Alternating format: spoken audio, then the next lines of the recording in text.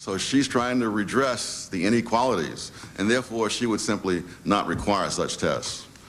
The Educational Testing Service is currently engaging in a renorming of test scores to take into account the social backgrounds and handicaps of the students, so that the score will then, again, redress pre-existing inequalities rather than applying the same standards to everybody.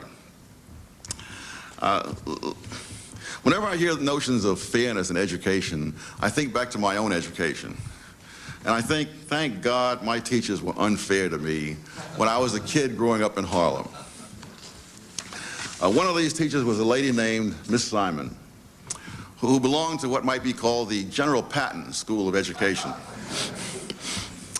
I cannot even imagine that Miss Simon gave a moment's thought to my self-esteem. Every word that we misspelled in her class had to be written 50 times, not in class, but as part of our homework, and there was always plenty of other homework from her and other teachers. And so you misspelled 4 or 5 words, and you had quite an evening ahead of you. Very little chance of listening to the Lone Ranger. There was nothing that Miss Simon or anybody else could do about the fact that we came from homes where we did not have books and magazines, and we were not as familiar with those words as people from